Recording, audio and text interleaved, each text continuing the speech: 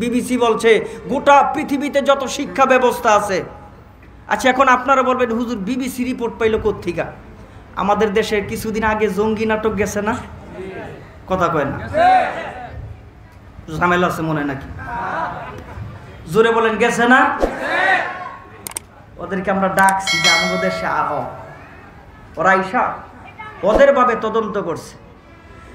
বাংলাদেশের বিভিন্ন মসজিদ মাদ্রাসাগুলিতে সারা রাত ওরা পাহারা দিছে। সারা রাত পাহারা দেওয়ার পরে রাতের ৩টা যখন বাজে, মাদ্রাসার বিভিন্ন খাস কামরাগুলির মধ্যে বাতি জ্বলে। ওরা মনে মনে চিন্তা করছে, হওয়া মনে হয় যে এখনই শুরু করবো। হ্যাঁ, কিন্তু দেখে বড় কোনো ছাত্র নেই, সব ছোট ছোট ছাত্র, ছোট ছোট ছাত্র। এগুলি যাইতেছে বাথরুমে, বাথরুম করে উজু করছে। উজু করে আইসা আল্লাহ পাকের কালামের তেলাওয়াত করতেছে। এরপরও ছোট বাচ্চারা যায়, কয়ে দিকে আয়, কয় কি? আমার সরকারি ডিউটি, সরকারি ডিউটি, তো ট্রাঙ্কটা আমার চেক করতে হইব। ছোট বাচ্চা দমক লাগাই দিচ্ছে, ট্রাঙ্ক চেক করবেন? কয় হ। কেমনে তো করা যাইব না, উজু করতে হইব। কয় উজু করতে গেছে, উজু কইরা আইছে। আওয়ার পরে ছোট বাচ্চারা এবার তো ট্রাঙ্ক খোল। সেরা আপনার উজু হয় নাই। কয় কেমনে? আপনি সব করছেন, আপনি যদি বোট জোতাই খোলেন নি। বোট জোতা খোলা ছাড়া উজু হয়? আবার হয়। চামড়ার একটা মশলা আছে, এটা হলো ভিন্ন জিনিস, কিন্তু এরা তো উজুই জানে না। ও মনে মনে চিন্তা করে, বাবা কয় কি বছরে 2-1 বার আমি জানাজার নামাজ টামাজ গ্রামে পড়তে যাই। অনেক বছর ধরে আত্মীয় স্বজনে কেউ মারা যায় না, ওজু করা হয় না, তাই নাকি? হয়।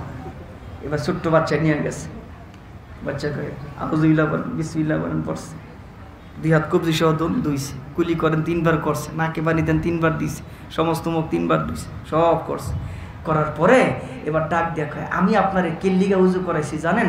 তার কারণ হইলো আপনি কি তালাশ করতেছেন এটা আমি জানি না, কিন্তু আমার কাছে যেটা আছে এটা উজু ছাড়া ধরা যায় না। খুইলা দিছে। খুইলা দিয়া দেখেছে কোরআন ট্রাঙ্কের ভিতরে আল্লাহ পাকের কালাম। জোরে কোন ঠিক কিনা? বহু কিছু হইছে, কিন্তু সত্যই সুন্দর, সুন্দরী সত্য, সত্যই সত্য, মিথ্যাই মিথ্যা। যত কিছু হোক, মিথ্যাকে সত্য দিয়ে ঢাকা যায় না, আর সত্যকে মিথ্যা দিয়ে ঢাকা যায় না।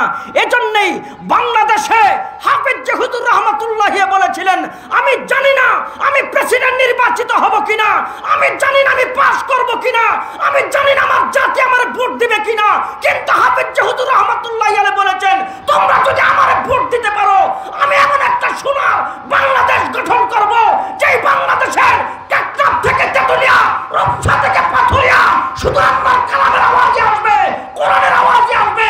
আর যেই বাংলা থেকে কোরআনের আওয়াজ আসবে, ওই বাংলাদেশে অন্য কোনো কাজ হতে পারবে না, আল্লাহর রহমতই নাজিল হবে। ঠিক কিনা?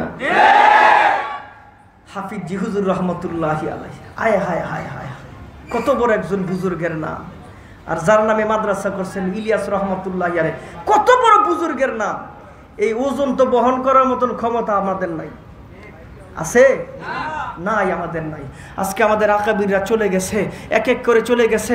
আমাদের নসিব বড় খারাপ, বুঝতে হবে ওই জাতির নসিব খারাপ যেই জাতিদেরকে রাইখা মুরব্বীর আস্তে আস্তে চলে যায়। জানি না আমাদের ভাগ্যে কি আছে, জানি না আমাদের ভবিষ্যৎ কি হবে, তবে এতটুকু বলতে পারি, এই দেশে আমাদের আকাবিররা যে মেহনত করে গেছেন, এই দেশে আমাদের আকাবিররা যে ঘাম জড়ায় গেছেন, এই দেশে আমাদের আকাবিরদের যে পরিশ্রম, এই পরিশ্রম কোনোদিন বিফল হতে পারে না। জোরে শুনতে চাই, ঠিক কিনা?